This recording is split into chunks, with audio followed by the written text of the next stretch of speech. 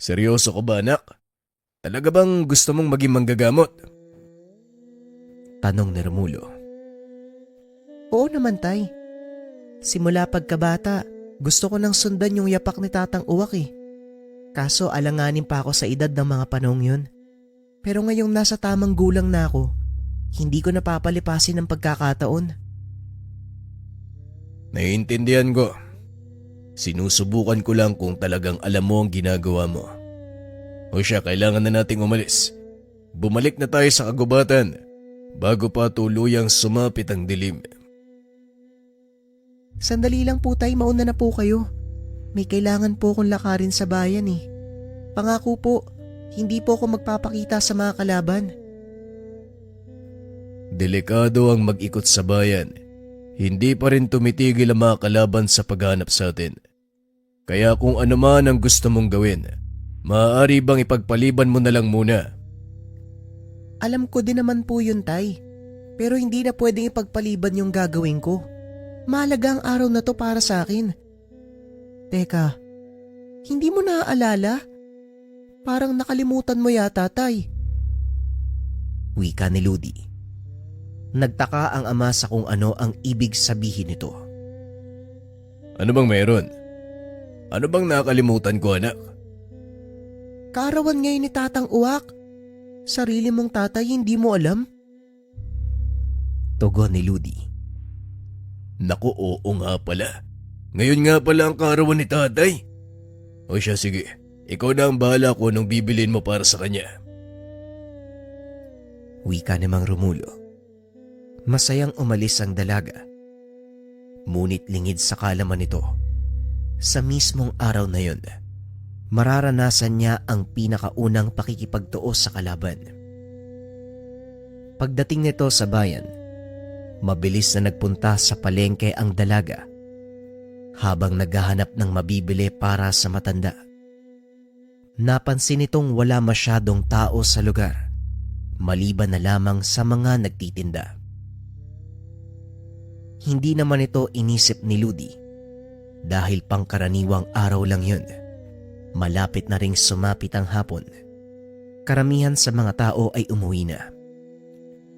Dali-dali na ring namili ang dalaga dahil papalubog na ang araw. Hindi siya maaaring abutan ng dilim sa daanan.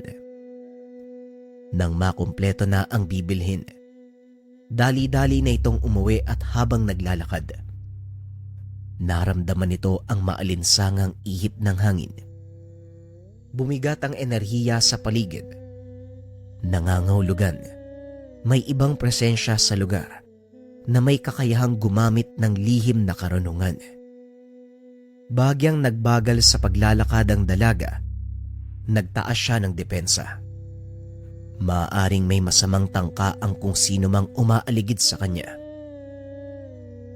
Hindi nga nagkamali si Ludi dahil nang tumapat ito sa sangang daan, isang lalaking walang saplot ang humarang sa kanya. Nagtatayuan din ang mga buhok nito. Nanlilisik ang mga mata at panay ang tulo ng laway. Ayos ka rin ah. Talagang tinaon mo kung kailan ako maraming dala. Pero sige, hindi kita uurungan. Tapusin natin to kaagad. Wika ni Ludi.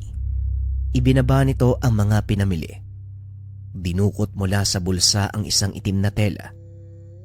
Nakasulat dito ang isang uri ng orasyon na nagbibigay sa kanya ng kakayahan na maglaho sa paningin ng kalaban sa anumang oras na gusto niya. Itinali ng dalaga ang itim na tela sa kanyang braso. Biglang naglaho mula sa paningin ng kalaban. Marahang naglakad si Ludi papalapit sa kalaban. Binato ito ng dasal. Hindi masyadong gamay ng dalaga ang kanyang kakayahan. Kaya naman hindi nagtagal. Muli itong nakita ng kalaban. Nagawa din itong kalasin ang ibinatong tigalpo ng dalaga. Pinaglalaruan mo ba ako, bata?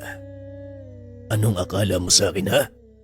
Hindi ako nakikipaglokohan sa'yo. Wika ng nilalang. Bakit ba? Sino bang nakikipaglokohan sa'yo? Ikaw nga tong humarang sa akin eh. Kaya dapat Ako ang nagsasabi sa'yo ng bagay na yan.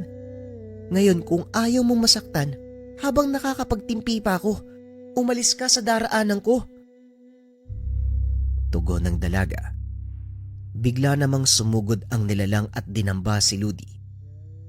Hindi na makakilos ang dalaga dahil sa bigat ng mga kamay na nakahawak sa magkabilang braso nito. Akmang sasakmalin na sana siya ng nilalang, ngunit bigla itong natigilan. Nagpalinga-linga ito. Maging si Ludi ay nagtataka sa nangyayari. Naramdaman ng dalaga ang pamilyar na presensya at habang wala sa kanya ang atensyon ng kalaban, kinuha niya ang pagkakataon upang makawala sa pagkakagapos. Buong lakas nitong tinadyakan ng nilalang at saktong pagtilapon nito, may kung sinong sumugod, dahilan para tumalsik ang nilalang sa isang puno. Ayos ka lang ba anak? Mabuti na lang at nabutan kita. Sinasabi ko na nga ba, may mangyayaring masama sa'yo. Wika ni Romulo. Hindi ko nga rin po inaasahan yun, tay.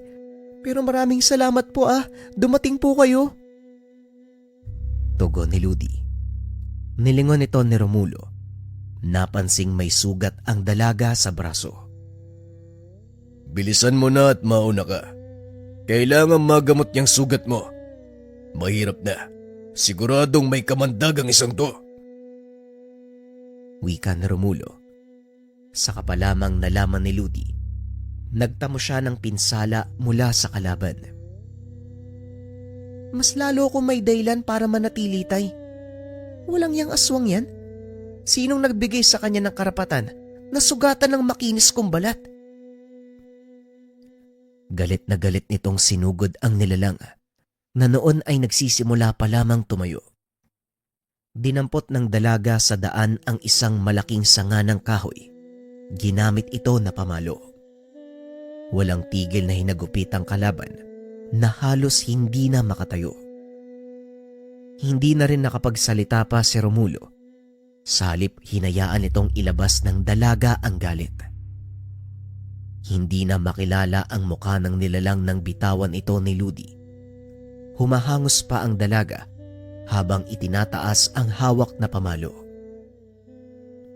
Walang niya ka? Sinugatan mo pa ako? Kung sino ka man, hindi kita mapapatawad. Ang baho mo pa naman, tapos susugatan mo ko? Wika ng dalaga. Napapailing na lang si Mang Romulo dahil hindi nito mapigilan ang galit ng anak. Wala pa ring tigil sa pag-atake sa kalaban hanggang sa mapansin ni Mang Romulo na tila wala ng buhay ang nilalang. Ludi. Ay, Ludi anak, tama na yan. Mukhang napatay mo na yata yung isang yan eh. Wika ni Mang Romulo. Nilapitan nito ang dalaga upang kunin ang hawak na pamalo. Bagay lang sa kanya yan. Sinugatan niya ako eh. At saka wala naman akong ginagawa sa kanya. Bakit niya ako inarang? Bakit niya ako inatake? Sinugatan pa ako? Akala mo kung sino? Tugon ng dalaga. Ano ka ba anak? Pangkaraniwang aswang lang yan o malamang. Naghahanap lang yan ng mabibiktima. Nagkataon lang na nandito ka sa lugar kung saan sila madalas manambang. Siguro nga may mga kasama pa to eh. At sa oras na dumating sila, mas malaking problema. Kaya umalis na tayo dito. Bilisan mo na! Wika namang Romulo. Dali-daling umalis ang dalawa. Ilang sandali lang ay narating nila ang pinaglalagian ni Tandang Uwak. Ngunit laking pagtataka ng mga ito dahil nakaharang sa mismong pasukan ng yungib ang matanda. Tatang, bakit po kayo nandito sa labas? Tanong ng dalaga. Hindi nyo ba alam? Dinala nyo sila dito. Maikling tugon ng matanda. Napalingon ng dalawa sa pinanggalingan. Nakita ang napakaraming figura ng mga nilalang na nakapalibot sa kanila. Naloko na! Sinasabi ko na nga ba eh. May isang pakay pa ang isang yun! Wika ni Mang Romulo. Patibong lang pala yung aswang na humarang sa atin. Ginamit nila ang isang yun para hindi natin mapansin ang presensya nila. Wika ni Ludi. Alam na mga kalaban ng kinaroroonan natin. Ngunit gayunpaman, hindi sila makakapasok sa ginawa kong depensa. Kaya bilisan nyo. Tumayo kayo sa likuran ko. Wika ni Tandang Uwak. Dali-daling tumakbo sina Ludi at Mang Romulo papunta sa kinakatayuan ni Tandang Uwak. Mula naman sa tumpok na mga kalaban, nakita ni Ludi ang isang lalaking naglalakad papunta sa kanila. Nagip ng liwanag mula sa sulo ang mukha nito, kaya naman kagad nakilala ng dalaga. Teka, sandali lang.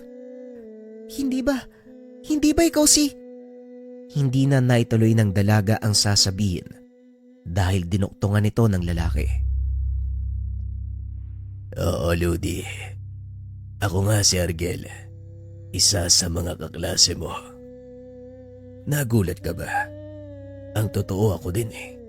Hindi ko akalaing kabilang ka pala sa angka ng kalaban ng aming pamilya. Wika ng binata. Si Argel ay isa sa malapit na kakilala ni Ludi. Madalas magkasama ang mga ito sa kanilang aralin. Ngunit ni minsan hindi naghinala si Ludi na ito ay kabilang sa angkan ng mga mambabarang. Hindi ko akalaing magkikita tayo sa ganitong pagkakataon. Pero wala na akong magagawa eh. Ito ang kapalaran natin. Naging mabuting magkaibigan tayo. Kaso nga lang, mukhang dito na magwawakas ang lahat ng yun. Wika ni Ludi. Hindi naman kailangan magwakas ang lahat. Matapos kong tapusin ang dalawa mong kasama, pwedeng-pwede kang sumama sa akin. Yun ay kung ipapangako mong hindi ka makikialam. Wika ni Argel. Nakaramdam ng matinding galit ang dalaga. Pakiramdam nito, iniinsulto siya ng binata. Huwag mo nga akong insultuin, Argel. Kailanman, hindi ko ipagpapalit ang pamilya ko sa isang traidor na kagaya mo. Tumawa ng malakas si Argel. Muli itong nagsalita. Alam kong sasabihin mo yan. At sana, hindi mo pagsisiyan ang naging pasya mo. Binigyan kita ng pagkakataon, pero ikaw mismo ang tumanggi. Tugon ni Argel, sabay senya sa mga kasama nito. Nagsipagsugod ang mga nilalang. Hinarang ito ni Mang Romulo. Ito na ang pagkakataon mo para subukan ng kakayahang itinuro ko sa iyo, Lodi. Tandaan mo, huwag kang mag-aalinlangan dahil hindi magmimingming ang mga kalaban mong tapusin tayo. Hindi ako makikialam. Bahagi ng pagsubok mo ang labang ito. Titignan ko kung anong magagawa mo sa aktual na laban. Wika ni Tandang Uwak. Nagtaas ng depensa ang dalaga. Nagsimulang mag-usal ng mga orasyon mula sa libretang ibinigay sa kanya ng matanda. Hindi makapaniwala si Tandang Uwak sa susunod na ginawa ng dalaga. Nag-iba ang kulay ng aura ng dalaga. Naging katulad ito sa kanya at mula sa tumatagas na enerhiya sa katawan nito, lumalabas ang napakaraming itim na ibon. Napalingon si Mang Romulo nang maramdaman ang kakaibang enerhiya. Hindi to makapaniwalang nagmumula ang lakas na iyon sa kanyang anak. Ikinumpas ng dalaga ang mga kamay. Nagliparan ang mga uwak papunta sa kinaroroonan ni Argel. Maging ang kaaway, hindi inaasahan na gano'n na kalaki ang pinagbago ng dalaga. Pinalibutan ng mga itim na ibon ang binata. Hindi ito makakilos. At kahit anong gawin, tila hindi siya nilulubayan ng mga nilalang na mula kay Ludi. Inamin ko, hindi ko inaasahan ang pangyayaring ito. Pero huwag kang magpapakampante dahil hindi pa dito natatapos ang laban. Wika ni Argel. Subukan mo munang makawala dyan at doon ka magsalita. Dahil hindi mo ako mapapaniwala hanggat hindi ko nakikita. Tugon ng dalaga. Naganda na ito sa ikalawang pag-atake na siyang malaking pagkakamali. Ilang beses ko bang sasabihin sa'yo, Lodi? Huwag mong pagsasabayin ng dalawang atake. Maaaring humina ang nauna o hindi gumana ang ikalawa. Ang buong akala ko pa naman ay natuto ka na. Wika ni Tandang Uwak. Dahil sa paghina ng binitawang orasyon, nagawang makawala ni Argel. Gumanti ito ng atake sa dalaga. Pumulupot sa katawan ni Ludi ang malaking ugat mula sa ilalim ng lupa. Gaya ng sinabi ni Tandang Uwak, hindi ito nakialam. Hinayaan nito ang dalagang makipaglaban. Samantalang si Mang Romulo naman ng mga oras na yun, patuloy na nakikipagbuno sa mga kasamahan ni Argel. Madali niyang natalo ang mga kalaban dahil pangkaraniwang aswang lang ang mga ito. Naglakad siya papunta kay Ludi upang tumulong, ngunit inawat naman ito ng matanda. Hayaan mo ang anak mong makipaglaban, Romulo. Hindi habang buhay, kailangan mo siyang alalayan. Ito ang buhay na ginusto niya, kaya kailangang harapin niya ito ng may paninindigan. Wika ni Tandang Uwak. Walang nagawa si Mang Romulo ng mga sandaling iyon kung hindi manood. Sa kabila ng kagustuhan na tulungan ang dalaga, kailangan niyang isaalang-alang ang sinabi ng ama. Ibinaling ni Mang Romulo ang atensyon sa dalaga na noon ay hindi pa rin makaalis mula sa pagkakagapos. Mukhang hanggang dito ka na lang. Kanina lang, nagmamayabang ka. Tandaan mo, Ludi, kahit gaano pa kalakas ang kapangyarihan mong taglay, wala ka pa ring panama sa akin. Higit na mas malakas ang kapangyarihan kong taglay kung ikukumpara sa'yo. Masyado ka pang baguhan. Baguhan na malaki ang ulo. Wika ni Argel. Hindi naman nagsasalita ang dalaga. Nakapikit lang ito habang nag-iisip ng susunod niyang hakbang. Sumagi sa kanyang isipan ang mga aral na nabasa mula sa kalatas na isinulat ng matanda. Ito ay ang kakayahang lumipat sa ibang lugar sa pamamagitan ng pagbabagong anyo. Unang beses itong gagawin ng dalaga at alam niyang mahihirapan siya. Ngunit ito lang ang tanging paraan para makaligtas mula sa pagkakagapos.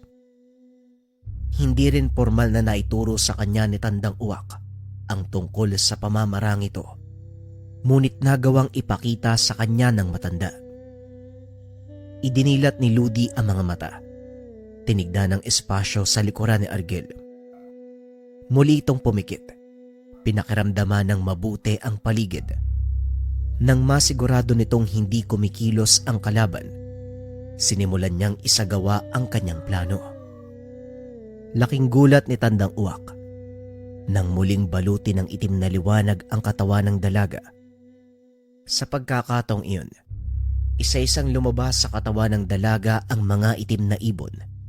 Nagtipon-tipon ang mga ito sa likuran ni Argel. Punong-puno ng sorpresa itong anak mo, Romulo. Tignan mo.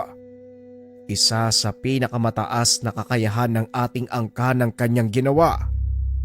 Ilang taon bago ko na perpekto ang paglipat sa pamamagitan ng isipan. Pero si Ludi, ni hindi ko ito naituro ng formal. Nagawa niyang paganahin. Wika ni Tandang Uwak. Maging ang kalaban ay nagulat sa ginawa ni Ludi. Sinubukan nitong iwasan ang dalaga ngunit huli na dahil hawak-hawak na siya sa leeg. Ano nga uli yung sinasabi mo, Argel? Tanong ng dalaga. Anong nangyari? Paano ka napunta sa likuran ko? Tugon ni Argel. Masyado mo kong minaliit eh. Akala ko ba kilala mo ko? Alam mong lalo kong nagpupursige kapag minamaliit ako eh. Wika ni Ludi. Mukha ngang nagkamali ako nung minalit kita. Pero kung inaakala mong tapos na ang laban, diyan ka nagkakamali, Ludi. Wika ni Argel. Sa hindi inaasahang pagkakataon, isang ugat ang tumarak mula sa likod ni Ludi. Tumagos ito sa katawan ng dalaga na naging dahilan para mabitawan nito ang kalaban. Isa ko mambabarang na may kakayahang utusan ang mga buhay na bagay. Sa makatuwid, lahat ng nasa paligid ko, basta may dumadaloy na enerhiya ay kaya kong pakilusin at gamitin bilang sandata. Sayang, Ludi, inakala ko pa naman na magiging magkasangga tayo, ngunit sinayang mo ang Hindi na naituloy ng binata ang sasabihin. Bigla itong sinuntok ni Mang Romulo. Tumila po ng malayo ang binata. Kinuha nito ang pagkakataon para iligtas ang dalaga. Ngunit laking gulat nito dahil telang itim na lang ang hawak-hawak niya. Hindi ko akalaing mahuhulog ka sa patibong, Tay. Hindi pa ako tapos. At hindi ako basta-bastang mamamatay sa isang mambabarang. Wika ni Ludi. Ginamit nito ang isa pang paraan na itinuro sa kanya ni Tandang Uwak. Ang pagmamanipula ng isipan ng mga taong malapit sa kanya. Nilingon ni Mang Romulo si Tandang Uwak. Nakitang hindi man lang ito nabahala nang tamaan ng atake ang dalaga. Masyado kang nagpapadala sa emosyon mo, Romulo. Ilang beses ko bang sasabihin sa'yo? Magtiwala ka lang sa kakayahan ng anak mo. Kaya niyang ipanalo ang labang ito nang hindi tayo nakikialaban. Wika ni Tandang Uwak. Muling ibinaling ng mga ito ang atensyon sa dalaga. Napangiti na lang ang matanda. Nakikita nito sa apo ang katauhan ng yumaong asawa. Naglakad si Ludi papunta sa kinaroroonan ni Argel. Sa pagkakataong iyon, hindi na nagatubili ang dalaga na tapusin ang laban. Ikinumpas nito ang mga kamay. Nagliparan ang mga itim na ibon. Sinalakay ng mga ito ang binatang mambabarang. Walang nagawa si Argel kung hindi ang mapasigaw na lamang dahil sa sakit. Pumasok ang mga ibon sa kanyang katawan. Kinain ang binata mula sa loob. Mabilis na inawat ni Tandang Uwak ang dalaga sa pamamagitan ng pagkapos. Magmadali ka, Romulo. Kunin mo si Ludi at umalis na kayo dito. Lilinlangin ko ang mga natitirang kalaban. Wika ni Tandang Uwak. Bakit naman, Tay? Anong nangyari? Panalo tayo ah! Hindi na kontrolado ng anak mo ang kanyang kapangyarihan. Kailangan siyang mapigilan bago pa mahuli ang lahat. Dali-daling sinunod ni Mang Romulo ang utos ng matanda. Matapos kunin ang dalaga, mabilis itong tumakbo papasok sa kagubatan, habang si Tandang Uwak naman pilit inililihis ang atensyon ng mga kalaban. Nang masiguro ni Mang Romulo na ligtas na ang paligid, inilapag nito si Ludi. Nakitang walang malay ang dalaga. Ano bang nangyari sa'yo, anak? Hindi ko alam ang ibig sabihin ni Tatang Uwak mo. Pero alam ko, hindi na maganda mga nangyayari. Wika ni Romulo habang pinupunasan ang anak. Maya-maya ay nagpakita si Tandang Uwak. Inaya ang mga itong magpatuloy sa paglalakad. Hindi pa tayo ligtas. Maaaring matunto ng mga aswang ang kinaroroonan natin kaya magmadali ka. Kailangan nating makarating sa kabilang bundok. Halika na! Binuhat ni Mang Romulo ang dalaga. Nagpatuloy sa paglalakad.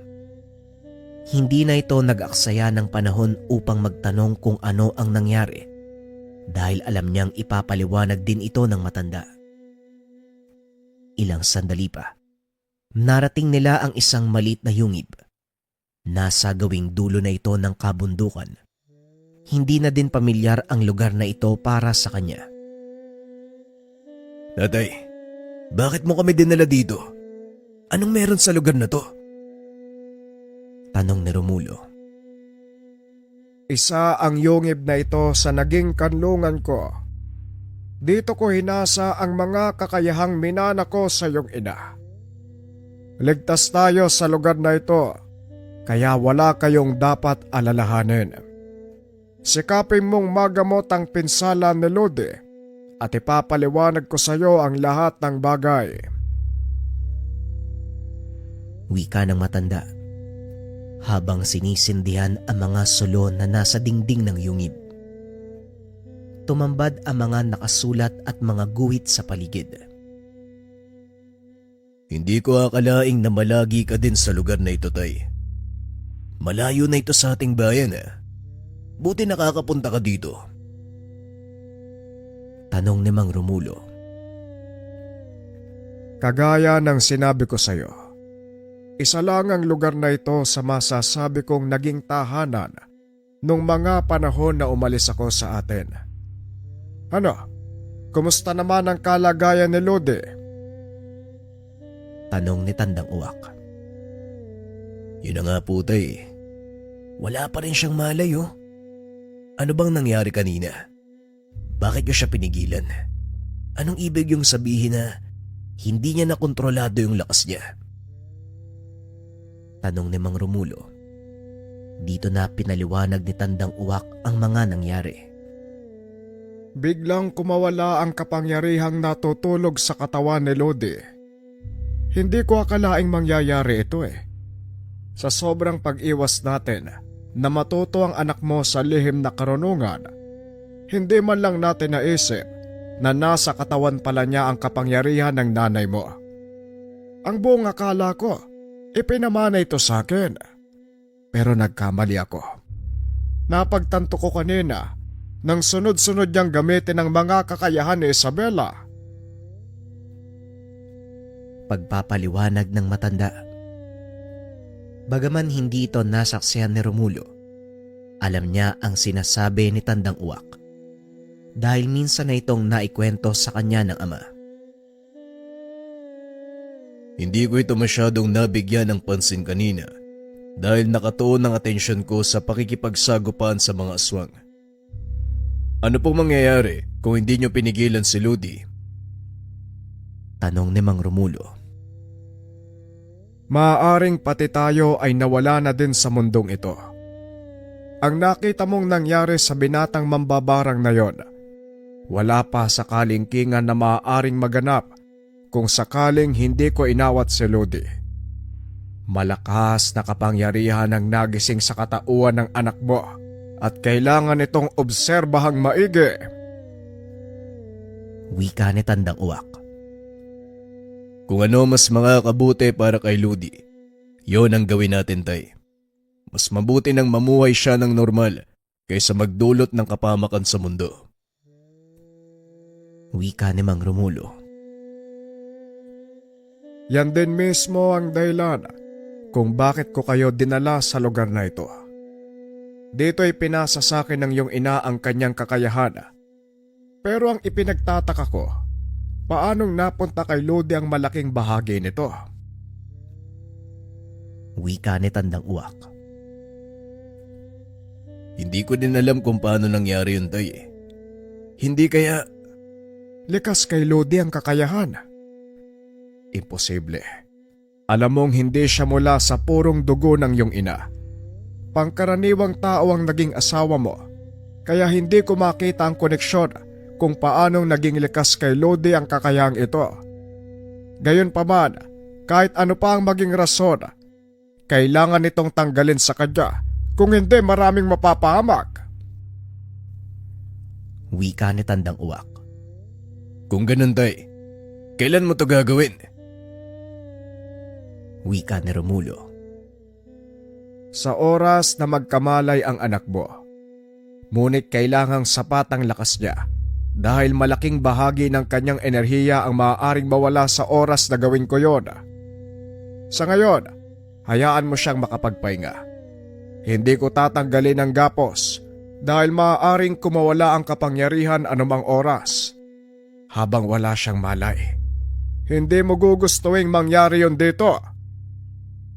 Wika ni Tandang Uwak. Pinalipas ng mga ito ang gabi sa loob ng yungib. Lingid sa kanilang kaalaman, nasa kalagitnaan ng paglalakbay ang kaluluwa ng dalaga. Nakita ni Ludi ang sariling naglalakad sa malawak na kapatagan. Tila walang buhay ang lugar. Dinaanan ng matinding salot. Inikot nito ang tingin sa kapaligiran. Napansing maging ang kalangitan ay tila punong-puno ng kasamaan. Hindi alam ng dalaga kung anong lugar iyon, ngunit pinili niyang magpatuloy sa paglalakad. Nakita nito ang isang maliit na butil ng liwanag sa gawing unahan ng nilalakaran. Ito ang kanyang sinundan. Pagkarating, napansin niya ang isang babaeng puti ang buhok. Nakasuot ng itim na kasuotan at may hawak na tungkod. Matagal kitang inantay na pumunta dito. Pero ngayon mo lang dininig ang pagtawag ko. Wika ni Isabela. Sino ka? At anong klaseng lugar to? Tanong ni Ludi. Ito ang mundong ginawa mo. Bakit ka nagtatanong? Tanong ni Isabela. Ako? Paano ako ang may gawa ng mundong to? Ang kapangyarihang nasa loob mo ay nagbuhat sa kadiliman. Pinangunahan ka ng galit nung nakikipaglaban ka. Hindi mo na malayan. Nilikha mo ang mundong ito sa loob ng iyong isipan. Nakakulong ka ngayon sa kulungan na ikaw mismo ang may gawa. Wika ni Isabela. Maaari ko bang malaman kung sino kayo at kung ano ang ginagawa nyo dito? Isa kong manifestasyon ng kapangyarihang napapaloob sa iyong pagkatao. Tugon ng babae. Hindi ito nagbanggit ng pangalan, ngunit sa isip ni Ludi, pamilyar sa kanya ang boses nito. Kung ganun, kaibigan ko kayo?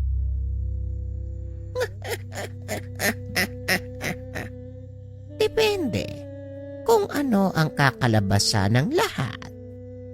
Ikaw ang may hawak ng kapalaran mo at ikaw din ang magpapasya kung magiging kaibigan mo ko o kaaway. Ang mabuti pa, samahan mo kong maglakad-lakad.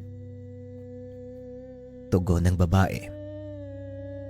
Naglakad ang dalaga sa tabi nito, habang pilit na inaalala kung saan niya narinig ang boses na yun. Habang tumatagal, unti-unting nagbabago ang kapaligiran. Mula sa patay na mga puno, sumibol ang malalagong bulaklak. Naglabasan din ang mga paru-paro at ilang kulisap. Nagmistulang maliwanag ang kalangitan. Humuni ang mga ibon. Bakit nag-iba yung paligid? Ano pong nangyari? Naging payapa ang isipan mo, kaya nagbago din ang kapaligiran. Ludi, hindi mo dapat pinapaira lang galit. Wala itong maidudulot na kabutihan sa atin. Panatiliin mo ang pagiging payapa. Hindi ba naituro sa'yo ni Uwak ang mga bagay na ito? Wika ni Isabela. Dito na nakumpirma ng dalaga na ang kausap niya ay walang iba kung hindi ang kanyang lola Isabela. Ngayon alam ko na po kung sino kayo. Bagaman wala na kayo nang magkaisip ako, pero natatandaan kong malambing yung boses. Alam niyo po ba, matagal ko nang pangarap ang makita kayo. Akala ko imposible, pero nandito ka ngayon sa harapan ko. Wika ng dalaga. Ngayong napagtanto mong nasa katauhan mo ko, siguro naman hindi na mawawala sa iyo ang lahat ng aral ng tatang uwak mo. Wika ni Isabela. Hindi naman po mawawala eh. Nakaligtaan ko lang po. At tama po kayo. Nangibabaw nga po sa akin yung galit. Wika ng dalaga. Inaya itong maupo ni Isabela sa lilim ng isang puno at doon ipinagpatuloy ang pag-uusap. Samantala, habang nasa kabilang dimensyon ng dalaga, naghahanda naman si Tandang Uwak para isagawa ang ritual na magtatanggal ng kakayahan ni Ludi. Sana lang maging matagumpay tayo. Para ito sa kabutihan ng anak mo, Romulo. Wika ni Tandang Uwak. Ngunit napansin ni Mang Romulo ang biglang pag-iba ng aura ng dalaga. Sandali lang, Tay. Hindi mo ba napapansin? Ang alin? Anong sinasabi mo? Huwag mo na akong guluhin. Tugon ni Tandang Uwak. Muli itong nagpatuloy sa pag-uusal. Ngunit inawat lang din uli ni Mang Romulo. Sandali lang, Tay. Tignan mo ang liwanag sa paligid ng katawan ni Ludi. Nawala na ang itim na aura. Nang magmulat ng mata si Tandang Uwak, sa wakas nakita nito ang sinasabi ng anak. Aba, oo nga no. Pero hindi pa rin ito nangangahulugan na ligtas na tayo. Maaaring epekto lang ito ng ginawa kong orasyon. Naging mapayapa na ang isipan ni Ludi, pero pansamantala lang ito. Kailangan pa rin nating alisin sa kanya ang kapangyarihan ni Isabela. Wika ng matanda. Sa kabilang banda, biglang naramdaman ni Ludi na tila may humahatak sa kanya palabas ng lugar. Sandali lang. Mukhang may ginagawang kapalpakan ng matandang to. Hayaan mo kong tumawid nang makatikim sa akin ng isang to. Wika ni Isabela. Hindi ko po alam ang balak ni Tatang Uwak eh. Pero kung ano man po yun, kayo na ang bahala. Tugon ni Ludi. Habang isinasagawa ni Tandang Uwak ang ritual, biglang nagmulat ng mata ang dalaga. Bumangon ito. Hinawi ang kamay ni Tandang Uwak. Hindi ka ba nag-iisip? Anong balak mong gawin? Tanggalin ang kakayahang pinamana ko sa apo mo? Alam mo bang ako ang naglagay sa kanya? Bakit kailangan mong alisin? Huwag mo sabihing nawawalan ka na ng pag-asa. Sayang lang ang pagbibigay ko sa iyo ng bahagi ng kakayahan ko.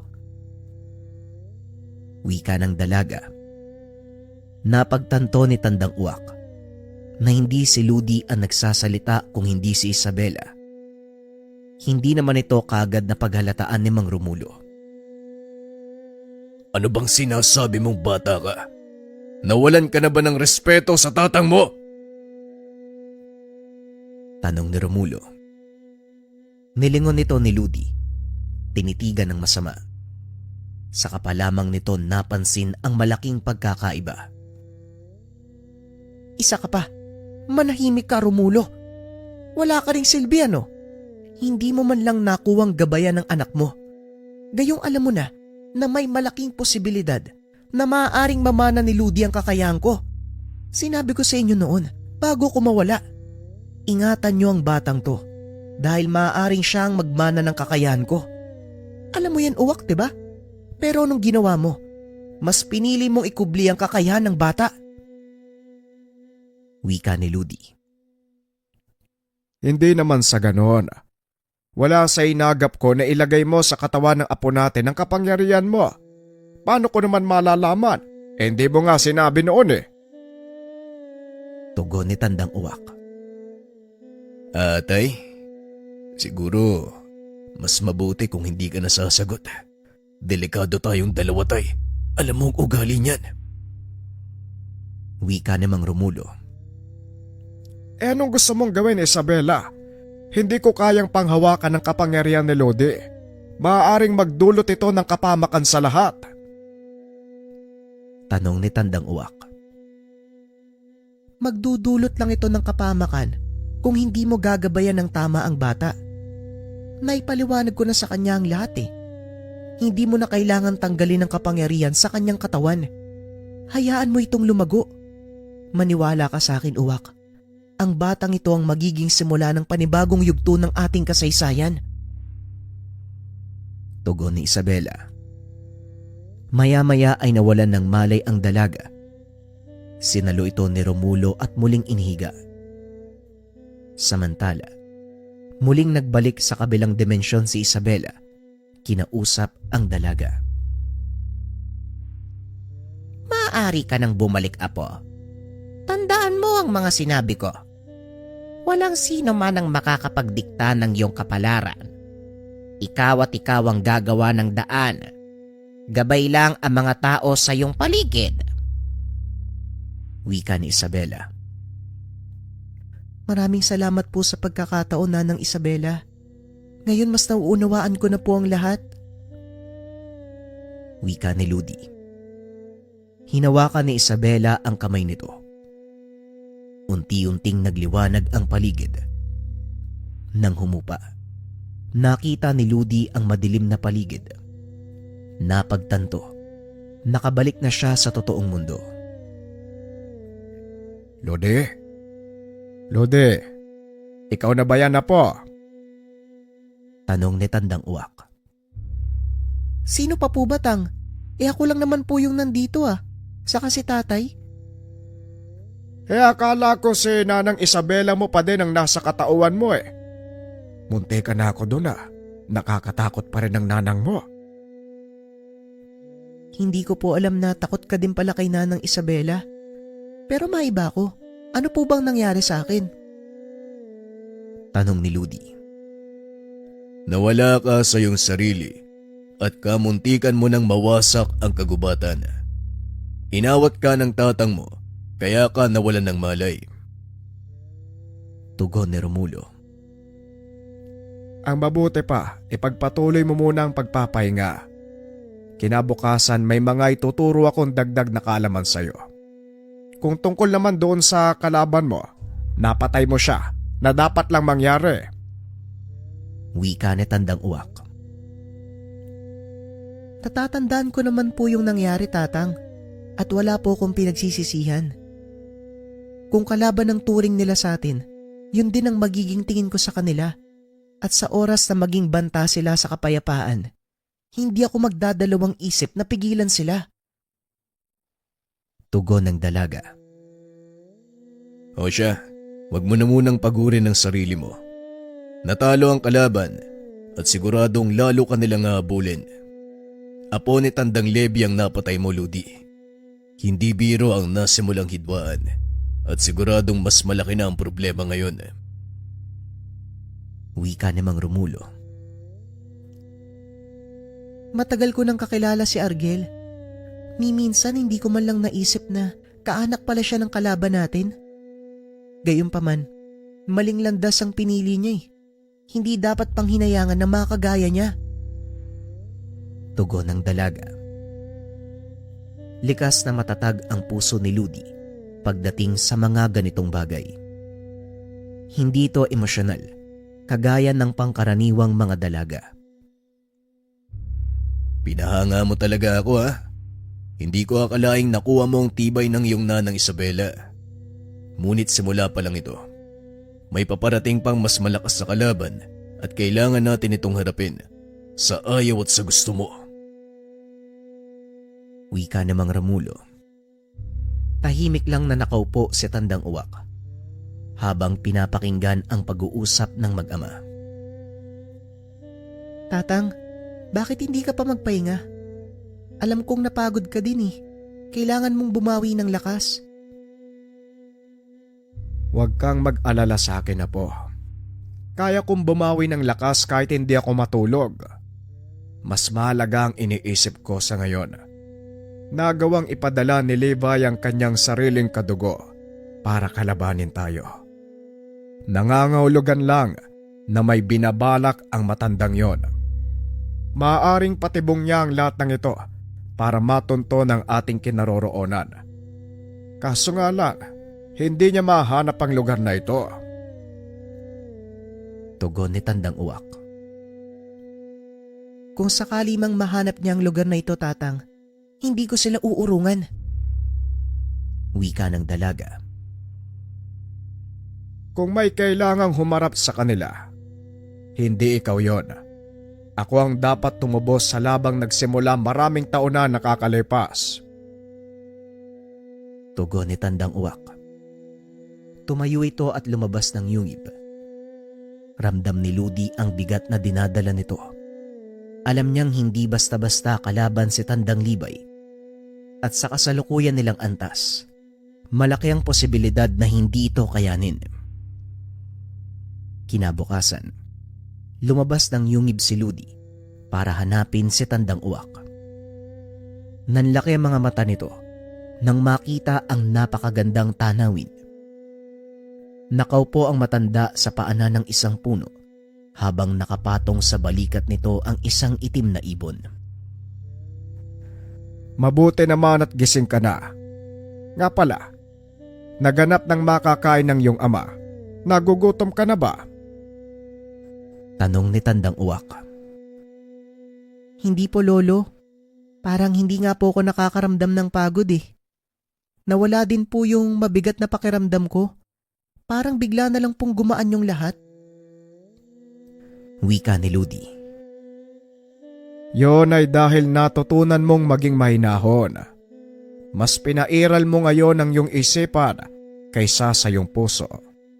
Pero hindi rin maganda ang ganyan. Kailangang lagyan natin ng kaunting emosyon ang mga bagay na ginagawa natin. Balanse lang, ika nga. Wika ni Tandang Uwak. Alam ko naman po yun, Lolo. Marami din po ako natutunan kay Nanang Isabela. Sa totoo lang, hindi ko nga'y naakalang makikita ko siya eh. Napakaganda pala ni Nanang. Wika ni Ludi. Ang totoo, hindi naman talaga tumanda at namatay ang lola mo. Kinakailangan niya lang lisanin ang mundong ito dahil na din sa kautosan ng kanyang mundong pinagmulan. May mga bagay akong hindi pa nasasabi sa iyo eh. Ang Nanang Isabela mo, hindi siya tao. Nanlaki ang mga mata ni Ludi nang marinig ang sinabi ng matanda. Ano pong ibig mong sabihin, Tatang? Paanong hindi naging tao si Nanang Isabela? Eh hindi ba siya mismo ang nagpalaki kay tatay? Tanong ni Ludi. Oo, tama ka. Siya ang nagpalaki kay Romulo. Ngunit hindi ito lumabas sa kanyang sinapupunan. Si Isabela, isang engkantong itim. Hinuli ko siya noon dahil sa ginawa niyang panggagambala sa mga mangangaso.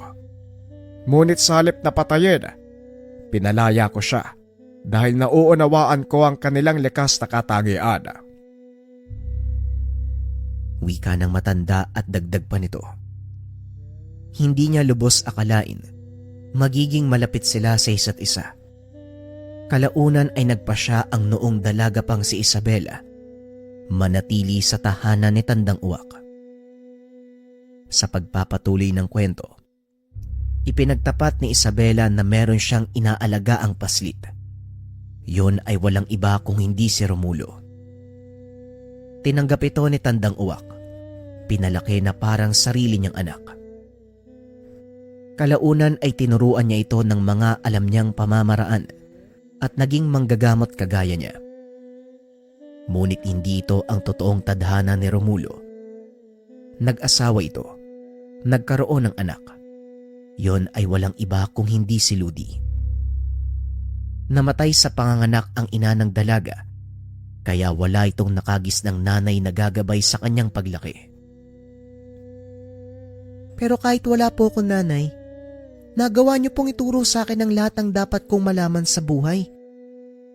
Hindi ko rin naman masisisi ang kapalaran kung bakit nawala ang ina ko. Wika ni Ludi. Tama ka po. Tama ka.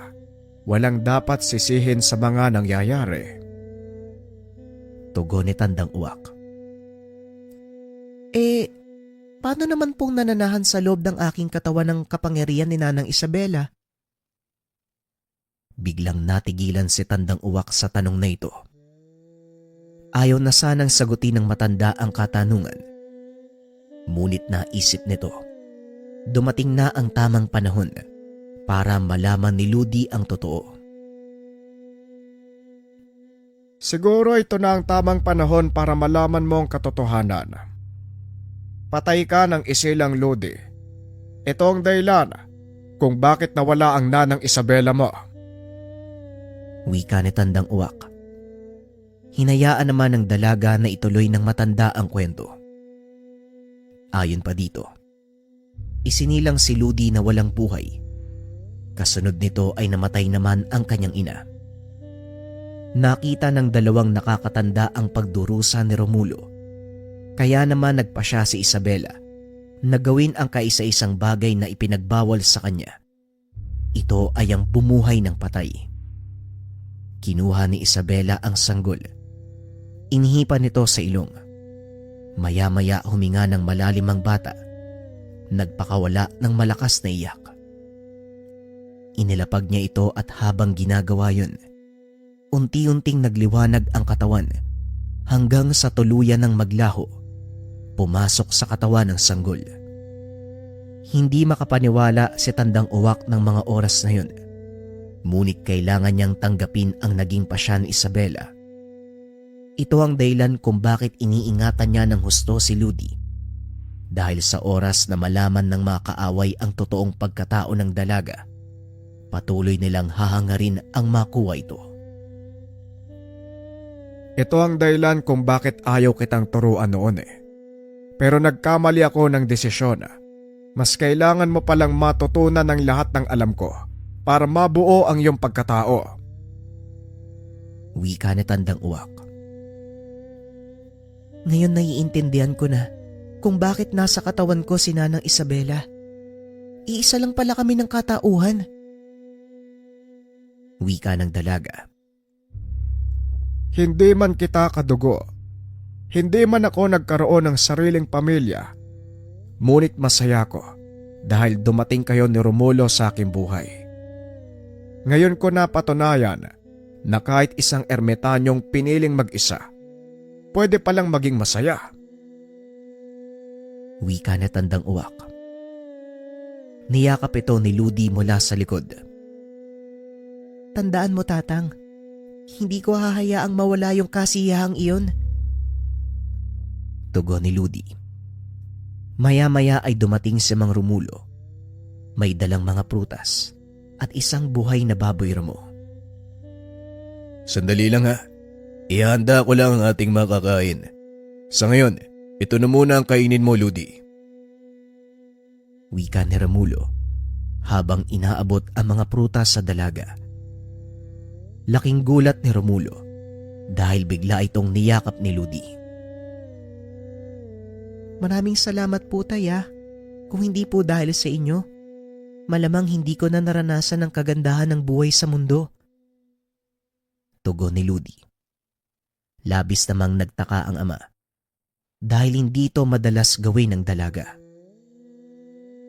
Ano bang nakain mong bata ka? Sige na nga, kumain ka na. Nang makabawi ka na ng lakas. Muling wika ni Mang Romulo. Hayaan nyo lang po muna na yakapin ko kayo. Maaaring hindi ko na ito magawa eh. Hindi natin hawak ang kapalaran, Tay. Hindi na nagsalita si Mang Romulo. Tinignan na lang nito si Tandang Uwak na noon ay nakangiti lang sa kanya. Ay naku, siya, sige. Magsawa ka ng kakayakap sa akin. Pero tisin mo ang gutom mo ha. Wika ni Mang Romulo. Sige na nga, mag-iikot na lang muna ako sa paligid. Wika ni Ludi. Huwag ka masyadong lalayo ha. Baka mamaya, maligaw ka. Wika ng matanda. Naglakad sa paligid ang dalaga. Nakita ang napakagandang tanawin. Hindi nito inakalang may ganong uri ng lugar, hindi kalayuan sa kanilang baryo. Habang naglalakad, nakita nito ang isang bato. na tila sinadyang ilagay sa gitna ng gubat. Malinis ang paligid nito. Kahit isang dahon, walang nauhulog. Nagtaka ang dalaga, kaya nilapitan niya ang bato. Laking gulat nito dahil bigla siyang tumilapon. Aray ko naman, ano bang nangyayari? Bakit ako umagis pabalik? Ang sakit nun ah! Wika ni Ludi. Muli itong tumayo. Inunat ang kamay para damhin ang paligid. Nagulat ang dalaga dahil naramdaman nito ang tila hindi nakikitang bakod. Ang lugar na yan ay protektado ng hindi nakikitang enerhiya. Diyan nakalagak ang katawang tao ng iyong nanay Isabela. Wika na tandang uwak. Hinawi nito ang pananggalang. Hinayaang makapasok ang dalaga. Lumapit si Ludi sa bato at hinawakan ito. Nakita ng dalaga ang naging buhay sa nakaraan ng kanyang nanang Isabela, maging ang masasamang ginawa nito noon. Ako ang humigop ng masamang sumpa ng kanyang pagkatao at ito ang kakayahang ginagamit ko ngayon para ipagtanggol ka. Biglang inalis ni Ludi ang kamay sa bato dahil nakita nito ang masamang ginagawa ni Nanang Isabela bago pa nito makilala si Tandang Uwak. Bakit mo inalis ang kamay mo? Tanong ng matanda. Hindi ko na po kailangan makita ang mga pangyayari sa nakaraan ni Nanang Isabela. Sapat na po sa akin na malaman na nagbago siya at pinili ang mabuting landas. Tugon ni Ludi. Bahagi ito ng pagkatao mo, Ludi. Kaya walang problema. Kung makikita mo man o malalaman ng mapait na karaan ng nanang Isabela mo. Wika ni Tandang Uwak habang inilalapat ang kamay ni Ludi sa bato. Ipinikit ng dalaga ang kanyang mga mata. Huminga ng malalim. Muli nitong binalikan ang mga pangitain sa nakaraan ni Nanang Isabela at sa bandang huli, naunawaan ng dalaga kung bakit naging ganon ang buhay nito. Hindi na malaya ni Ludi, unti-unti nang tumutulo ang luha sa kanyang mga mata. Nakakalungkot naman yung nangyari kay Nanang Isabela. Totoo ang sinasabi mo, Tatang Uwak. Kung hindi dahil sa'yo, hindi nagbago ang buhay niya. Wika ng dalaga. Ngayong mas nauunawaan mo na ang lahat ng tungkol sa nanang Isabela mo, sana'y gamitin mo ito bilang inspirasyon. Tandaan mo, Ludi. Hindi lahat ng galing sa kasamaan masama na habang buhay. At hindi lahat ng nakasuot ng puti Ay mabuting tao po. Sinabi niyo na po sa akin yan, Tatang eh. Tandang-tanda ko po ang lahat ng yan. Napangiti na lang si Tandang Uwak sa sinabi ng apo. Nagpasya ang dalawa na bumalik sa yungib. Saktong nakapagluto na ng kanilang pagkain si Romulo. At habang kumakain ang mga ito, malakas sa dugongdong ang gumambala sa katahimikan ng paligid. Tanaw mula sa loob ng yungib ang nangyayari sa labas. Nagliparan ang mga ibon na tila may kung anong gumagambala sa kanila. Hey, tignan mo yan, oo, kung kailang kumakain ka, doon magkakaroon ng kaguluhan. Ay sandali titignan ko kung anong nangyayari. Wika ni Mang Romulo. Ngunit pinigilan nito ni Tandang Uwak. Sandali lang. Huwag kang lalabas ng yungib. Sa oras na gawin mo yan, malalaman ng mga kalabang nandito tayo. Kumikilos na si Libay at malamang gumagamit ito ng mga nilalang para tugisin tayo. Wika ni Tandang Uwak. Muling bumalik sa pagkakaupo si Mang Romulo. Inantay ang mga susunod na mangyayari. Mukhang napapadaan lang sila, Tay. Hindi naman siguro nila nalaman ang kinaroroonan natin, di ba? Tanong ni Mang Romulo. Imposible ang sinasabi mo. Walang sino man ang nakakaalam ng lokasyong ito maliban sa atin. Kaya hindi nila tayo matutuntol. Gayon ang kailangan nating gawin. Unahan sila sa kung ano man ang binabalak nilang gawin. Ang problema nga lang wala akong mata sa labas. Hindi ko malalaman ang kilos ng mga kalaban.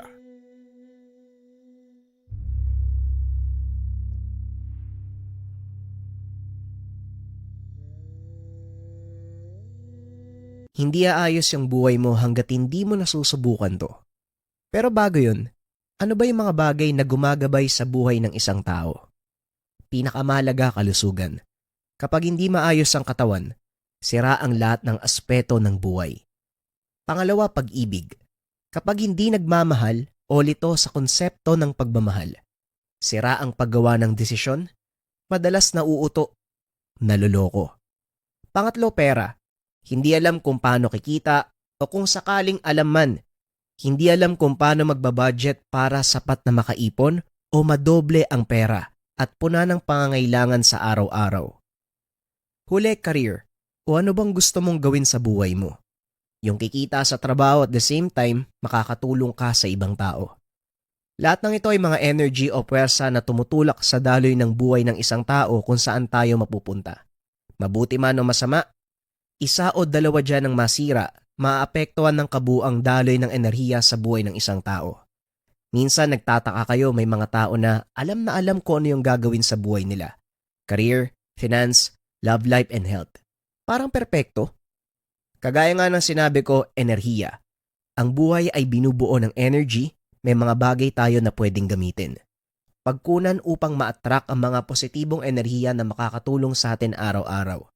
Halimbawa, buhok ng nyog na may isang mata. Kilala ito noon bilang pampaswerte sa buhay. Pangalawa, leklay. Mula sa mga natural na bato sa kabundukan, inilalayo ka sa kapamakan at masamang enerhiya. Diamante negra, proteksyon sa masamang elemento at nilalang. Nag-a-attract ng katalinuhan sa taong nagdadala. Hindi lang yan, meron pang 2 sangkap na makakatulong sa lahat ng aspeto ng buhay at ang pinakasekreto may kasamang mutya sa loob. May kasamang orasyon, pati na rin guide kung paano gagamitin. Lahat ng yan ay nandito sa gabay medalyon. Idagdag mo pa ang pinakasimbolo ng gabay medalyon. Kilala at ginamit na ng ating mga ninuno nung unang panahon na gabay sa paglalakbay patungo sa pagtuklas ng buhay. Isang produkto, sasagot sa 4 na problema. Career, health, love, and finance. Kung interesado ka, subukan mo. Seryoso ka ba, anak? Talaga bang gusto mong maging manggagamot?